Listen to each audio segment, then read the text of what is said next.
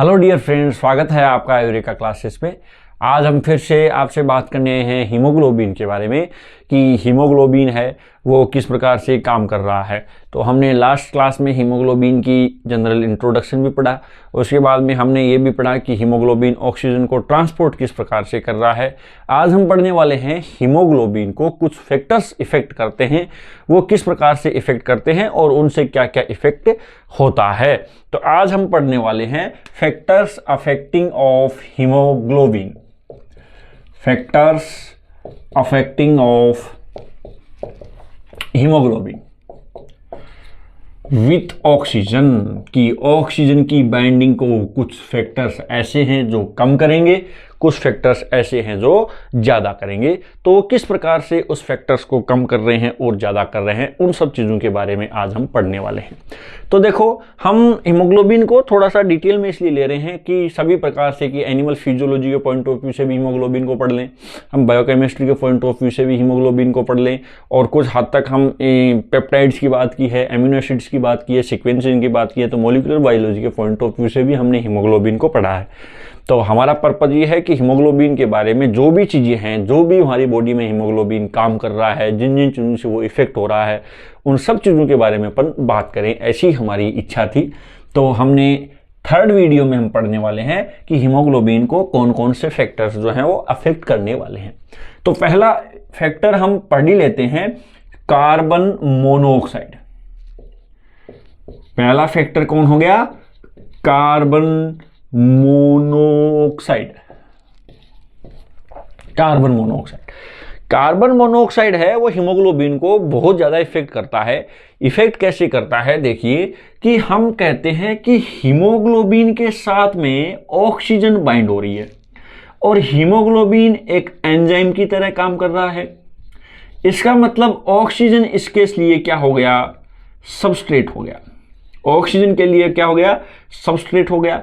और एंजाइम जो होता है, आप जानते हो कि मान लो इस प्रकार की अपन स्ट्रक्चर की बात करते हैं कि ये एक एंजाइम है और एंजाइम की जिस साइट के ऊपर सबस्ट्रेट बाइंड होता है उसको अपन बोलते हैं एक्टिव साइट। एक्टिव साइट क्या होती है? एंजाइम की वह साइट जिसके ऊपर सबस्ट्रेट बाइंड होता है उसको अपन क्या नाम देंगे? Active site. इसका मतलब हीमोग्लोबिन के लिए ऑक्सीजन एक सबस्ट्रेट है, इसका मतलब ऑक्सीजन इस एक्टिव साइट पर बाइंड होगा।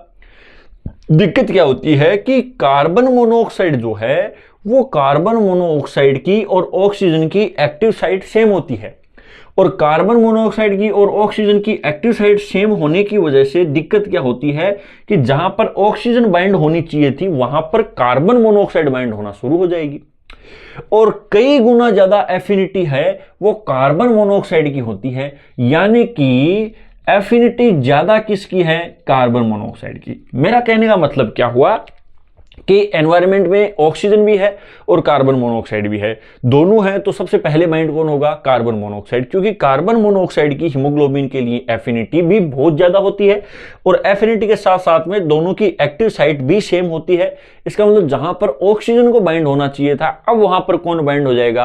Carbon monoxide. और कार्बन मोनोऑक्साइड बाइंड हो जाएगा, इसका मतलब ऑक्सीजन का ट्रांसपोर्ट बंद हो जाएगा, ऑक्सीजन का ट्रांसपोर्ट रुक जाएगा, और ऑक्सीजन का ट्रांसपोर्ट रुक जाएगा, उससे क्या प्रॉब्लम आएगी? एटीपी का सिंथेसिस रुक जाएगा एकदम से, और एटीपी का सिंथेसिस रुकते ही हमें पता भी नहीं चलेगा कि हमारी बॉडी काम करना बंद कर देगी और हम डेथ, यानी कि उस पर्सन की क्या हो जाएगी? डेथ हो जाएगी। तो बहुत ही साइलेंट डेथ इसके अंदर होती है।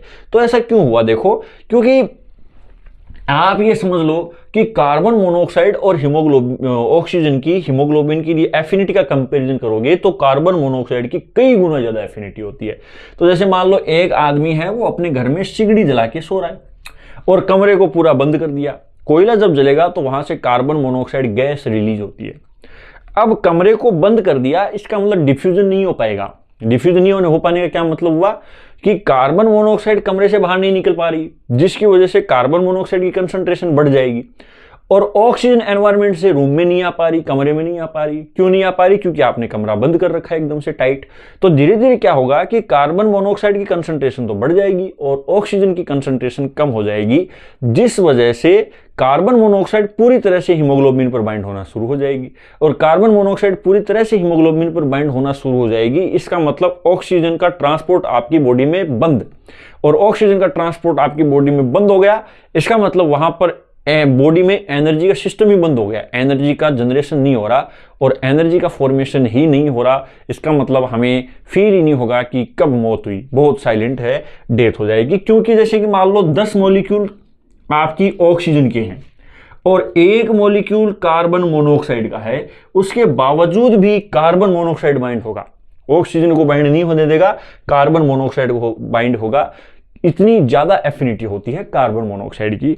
इस वजह से कार्बन मोनोऑक्साइड बहुत जहरीली गैस होती है। जहरीली गैस होने का क्या मतलब हुआ कि इसकी वजह से ऑक्सीजन का ट्रांसपोर्ट रुक जाता है और कार्बन मोनोऑक्साइड का हमारी बॉडी में कोई रोल नहीं है, क्योंकि यहां से एटीपी के सिंथेसिस में इसका कोई रोल नहीं होगा। इस वजह से कार्बन मोनोऑक्साइड बॉडी में घूमती रहेगी और हीमोग्लोबिन पूरा कार्बन मोनोऑक्साइड से सैचुरेट हो गया। इसी को अपन बोलते हैं कार्बोक्सी हीमोग्लोबिन, यानी कि आपका क्या बन गया है, कार्बोक्सी हीमोग्लोबिन। कार्बोक्सी हीमोग्लोबिन बन गया। कार्बन मोनोऑक्साइड के साथ जुड़ा हुआ हीमोग्लोबिन है वो कार्बोक्सी हीमोग्लोबिन कहलाता है। तो बॉडी में क्या बन चुका है, कार्बोक्सी हीमोग्लोबिन, जिसकी वजह से साइलेंट डेथ हो गई। तो ऑक्सीजन हीमोग्लोबिन डिसोसिएशन कर्व पर क्या इफेक्ट होगा, हमने लास्ट वीडियो में देखा कि ऑक्सीजन हीमोग्लोबिन डिसोसिएशन कर्व होता है। उस कर्व को अपन स्टडी करते हैं कि ये लेफ्ट साइड में शिफ्ट होगा कि राइट साइड में शिफ्ट होगा। तो मान लो हम एक ग्राफ बना रहे हैं और हमने ग्राफ बनाया, तो आपका इस प्रकार से एक ग्राफ बन रहा था। ये ऑक्सीजन हीमोग्लोबिन के साथ में सैचुरेशन हो रही है और ये आपका टाइम है, या फिर यहाँ आप कार्बन मोनोऑक्साइड की कंसंट्रेशन भी ले सकते हो, उसमें कोई दिक्कत है ही नहीं। तो नॉर्मली मान लो आपकी सांसें चल रही थी और इस हिसाब से काम आराम से चल रहा था। अब अचानक से क्या बढ़ गया, कार्बन मोनोऑक्साइड। और कार्बन मोनोऑक्साइड ये तो किसका ग्राफ है, नॉर्मल, और कार्बन मोनोऑक्साइड हो गया तो यहां धीरे धीरे बढ़ती बढ़ती येलो, ये किसका ग्राफ बन गया, कार्बन मोनोऑक्साइड का ग्राफ बन गया। ग्राफ किधर शिफ्ट हो गया, राइट साइड में। ग्राफ किधर शिफ्ट हो गया, राइट साइड में, क्योंकि अब ये यहां पर हीमोग्लोबिन के साथ में ऑक्सीजन जुड़ी हुई थी, तो ये जो था वो ऑक्सी हीमोग्लोबिन था, ऑक्सी हीमोग्लोबिन था। लेकिन कार्बन मोनोऑक्साइड की कंसंट्रेशन बढ़ गई तो अब ये कौन बन गया, कार्बोक्सी हीमोग्लोबिन।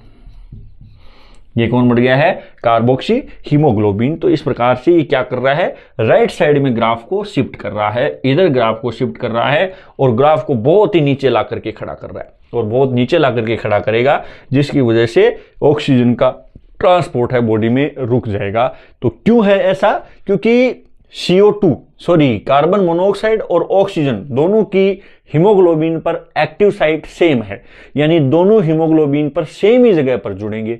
यानी आपको एक कुर्सी दी जाए और 2 लोग को कहा जाए कि भाई आप 2 आदमी बैठ जाओ, तो इसका मतलब क्या होगा कि कुर्सी पर तो एक ही आदमी बैठ पाएगा। कौन बैठेगा, जिसकी कुर्सी के ऊपर दावेदारी बड़ी होगी, यानी कि जिसकी एफिनिटी ज्यादा होगी। तो दावेदारी बड़ी किसकी है, कार्बन मोनोऑक्साइड की। तो इसलिए कुर्सी पे कौन बैठ गया, कार्बन मोनोऑक्साइड। तो आपका ग्राफ किधर शिफ्ट हो गया, राइट साइड में शिफ्ट हो गया। नेक्स्ट फैक्टर की बात करते हैं, कार्बन डाइऑक्साइड।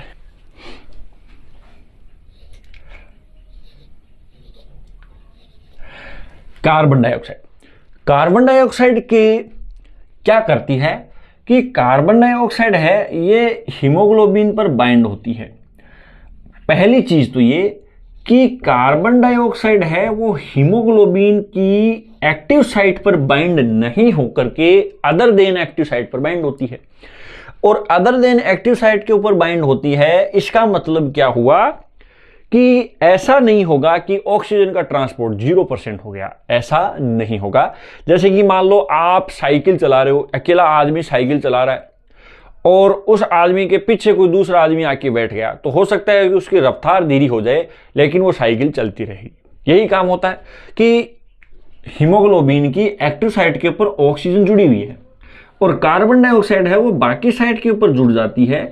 इस वजह से 0% नहीं होता, क्योंकि दोनों की एक्टिव साइट डिफरेंट होती है, अलग अलग जगह पर दोनों बाइंड होती हैं। तो क्या करता है कि CO2 उतना इफेक्ट नहीं करता, लेकिन ऑक्सीजन का जो ट्रांसपोर्ट है उसकी एफिनिटी कम हो जाती है। हीमोग्लोबिन की ऑक्सीजन के लिए एफिनिटी क्या हो जाएगी, कम हो जाएगी। कुछ एफिनिटी क्या होगी इसकी, कम होगी। इस वजह से ऑक्सीजन जो है वो हीमोग्लोबिन से अलग हो जाती है। सीधी सी बात है, ऑक्सीजन हीमोग्लोबिन के लिए अलग हो जाएगी।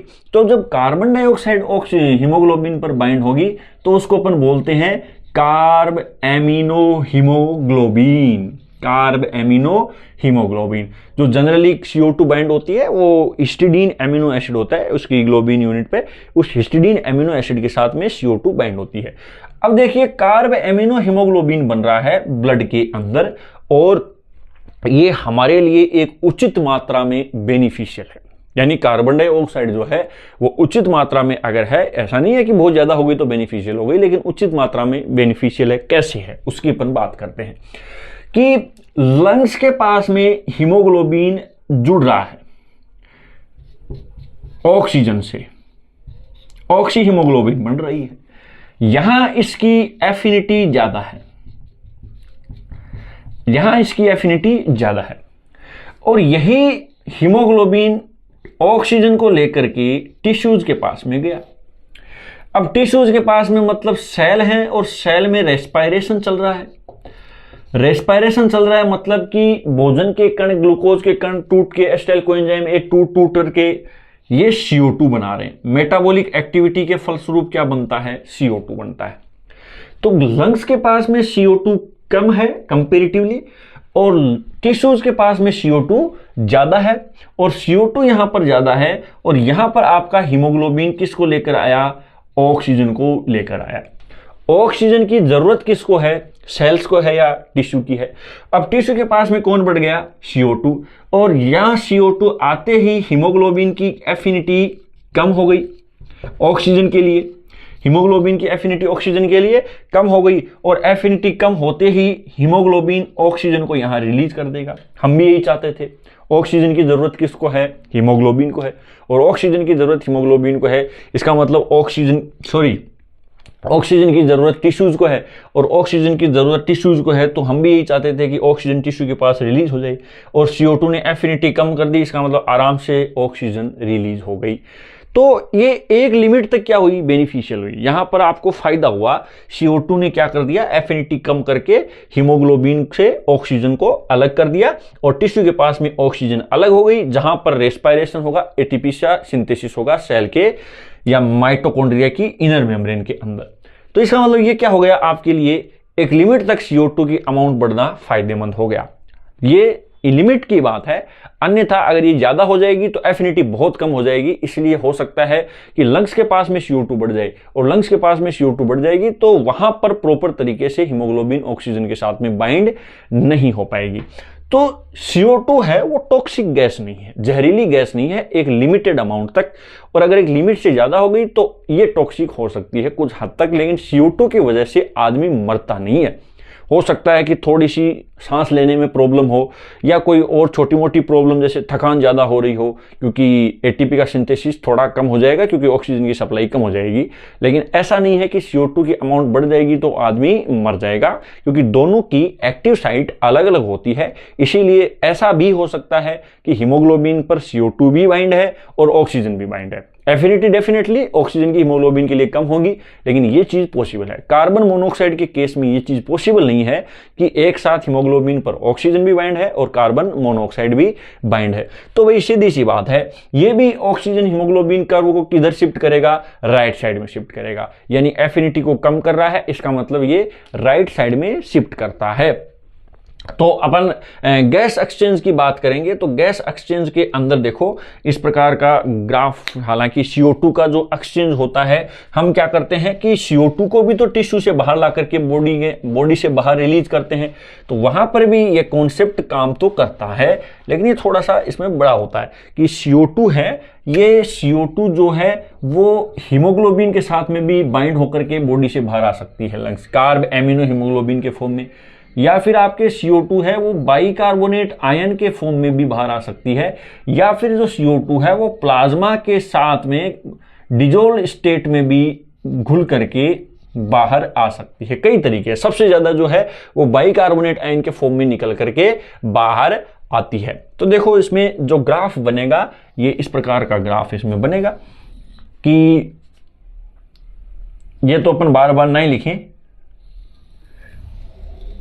ये इस प्रकार का ग्राफ है, ये नॉर्मली हीमोग्लोबिन ऑक्सीजन का ग्राफ है और ये राइट साइड में शिफ्ट होता है और आप देख पा रहे हो कि ये बहुत ज्यादा इफेक्ट इसको नहीं कर रहा है, CO2 के साथ में हीमोग्लोबिन बाइंड हो रहा है। तो यहां हम देखेंगे कि ये बोहर नाम के साइंटिस्ट ने बताया था कि हीमोग्लोबिन है, ऑक्सीजन और CO2 किस प्रकार से आपस में रिलेशन होता है कि टिश्यूज के पास में CO2 एफिनिटी को कम कर देगा, जिसकी वजह से CO2 इसके ऊपर बाइंड हो सकती है, ऑक्सीजन वहां से रिलीज हो सकती है। ये बोहर नाम के साइंटिस्ट ने बताया था, इसीलिए इसको बोहर इफेक्ट भी कहते हैं। बोहर इफेक्ट क्या कहता है कि CO2 की कंसंट्रेशन अगर बढ़ेगी तो oxygen haemoglobin dissociation curve right side में शिफ्ट होगा।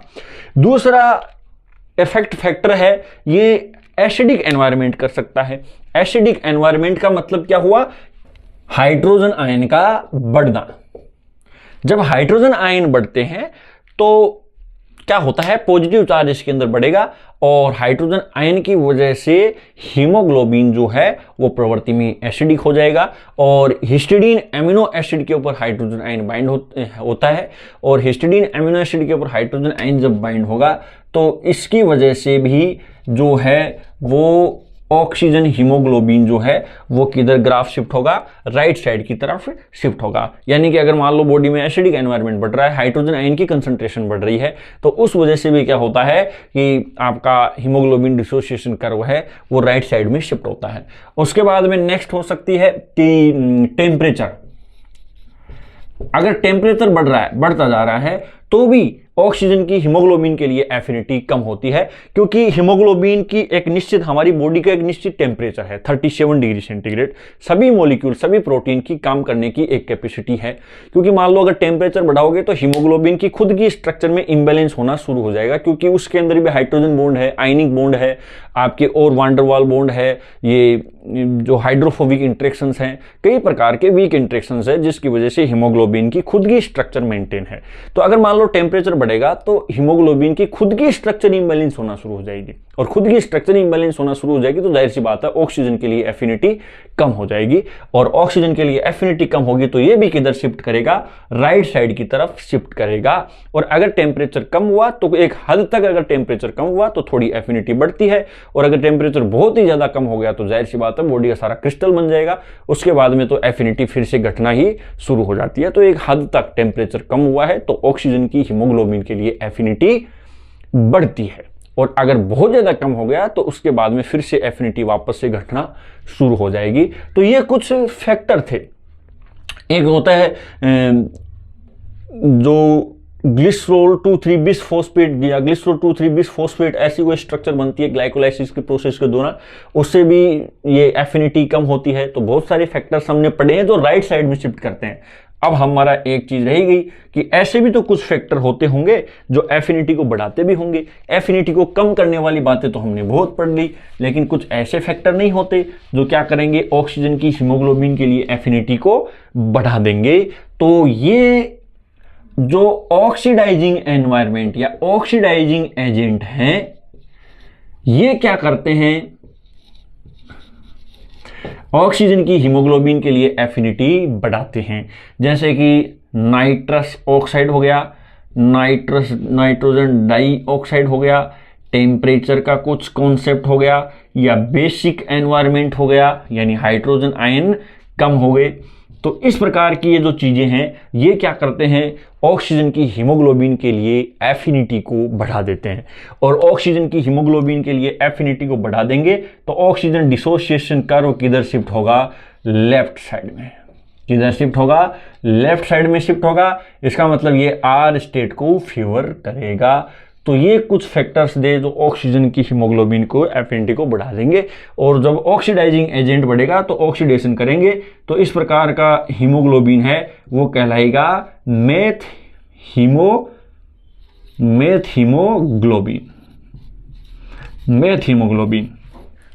ये मेथ हीमोग्लोबिन कहलाता है। तो ये कुछ फैक्टर्स थे जो हीमोग्लोबिन के एफिनिटी को इफेक्ट कर रहे थे और हीमोग्लोबिन की ऑक्सीजन को बैरियर के रूप में काम कर रहे थे। तो हमने सारी लगभग बातें पढ़ ली है। ये ऑक्सीडाइजिंग एनवायरनमेंट ऐसा मत समझ लेना कि एफिनिटी बढ़ गई तो बहुत मजे मजे हैं, ऐसा नहीं होता। क्योंकि एफिनिटी अगर बढ़ गई हीमोग्लोबिन की ऑक्सीजन के लिए तो ऑक्सीजन को हीमोग्लोबिन टिश्यूज के पास में नहीं छोड़ेगा, ऑक्सीजन को पूरी बॉडी में लेके घूमेगा। और लेके घूमेगा इसका मतलब टिश्यूज को काम ही नहीं आएगी ऑक्सीजन, और काम ही नहीं आएगी तो वैसी ही एनारोबिक कंडीशन आ जाएगी जैसे कार्बन मोनोऑक्साइड में हालत हो रही थी।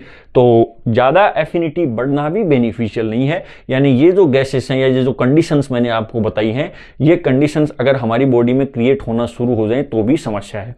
इसका मतलब हीमोग्लोबिन की ऑक्सीजन के लिए एफिनिटी ना तो ज़्यादा बढ़े और ना ज़्यादा कम हो, यही चीज़ हमारे लिए बेनिफिशियल होगी। इस प्रकार से हम कहेंगे कि जितना पोल्यूशन कम होगा उतनी ही चीज़ें हमारे लिए बेनिफिशियल होंगी।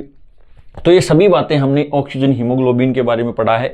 जितनी भी बातें हीमोग्लोबिन के बारे में थी वो सभी चीज़ें हमने एक डिटेल में पढ़ी हैं। ये ग्राफ्स पढ़े हैं, तो ये ग्राफ्स के बारे में आपको इंपॉर्टेंट ध्यान रखना होता है कि कौन सी स्टेट का फेवर की जाती है, आर स्टेट कब होती है, टी स्टेट कब होती है और कौन कौन से फैक्टर्स जो हैं वो किस किस तरफ ग्राफ को शिफ्ट कर रहे हैं। ये चीज़ें बहुत बार पूछी जाती हैं। और एक हीमोग्लोबिन का बेसिक इंट्रोडक्शन की हीमोग्लोबिन की स्ट्रक्चर किस प्रकार से है, हीमोग्लोबिन के अंदर मेटल आयन कौन सा है, हम बोलते हैं फेरस आयन उसका मेटल आयन है, किस प्रकार से हीमोग्लोबिन ऑक्सीजन को ट्रांसपोर्ट कर रहा है अकॉर्डिंग टू पार्शियल प्रेशर। जैसे मान लो आपको कोई ये बोल दे कि हीमोग्लोबिन ऑक्सीजन को ट्रांसपोर्ट करने की मैकेनिज्म एक्टिव ट्रांसपोर्ट है, तो बात ही गलत हो गई। एक्टिव ट्रांसपोर्ट का मतलब आपको एटीपी खर्च करनी पड़ रही है ऑक्सीजन को ट्रांसपोर्ट करने में, तो ऐसा नहीं होता। क्योंकि ऑक्सीजन जो है अपनी हाई कंसंट्रेशन से लो कंसंट्रेशन की तरफ आ रही है जहां पर कोई एनर्जी का इन्वेस्टमेंट नहीं होता, मतलब ऑक्सीजन को ट्रांसपोर्ट करने में कोई एनर्जी खर्च नहीं होती। तो बहुत सारी इंपॉर्टेंट बातें हैं जो हमने डिस्कस की हैं। हाँ, आप पढ़ते रहें और इन चीज़ों को थोड़ा दिमाग में ध्यान में रहें। हम मिलेंगे नेक्स्ट क्लास में बहुत जल्दी। Thank you so much.